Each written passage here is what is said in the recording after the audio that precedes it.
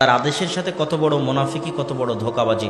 আল্লাহ বললেন ঠিক আছে, এদের একদলকে আমি বানর বানিয়ে দিলাম।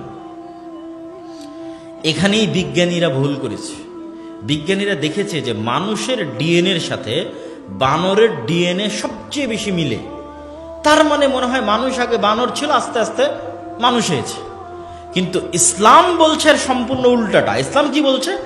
যে বানরের ডিএনএর সাথে মানুষের ডিএনএ মিলে মানে আল্লাহ যদি কোনোদিন কোনো মানুষকে দ্বিতীয় কোনো প্রাণীতে পরিণত করতে চায়, তো মানুষকে আল্লাহ মুরগি বানাবে না, গরু বানাবে না, মহিষ বানাবে না। কেন? ওগুলোর সাথে মানুষের ডিএনএ মিলে না।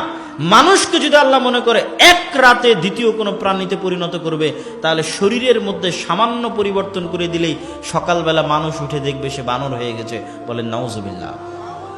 এটা অস্বাভাবিক কিছু নয়। বানু ইসরাইলের মধ্যে আল্লাহ ঘটিয়েছেন, আমাদের মধ্যেও ঘটাতে পারেন এবং ঘটাবেন।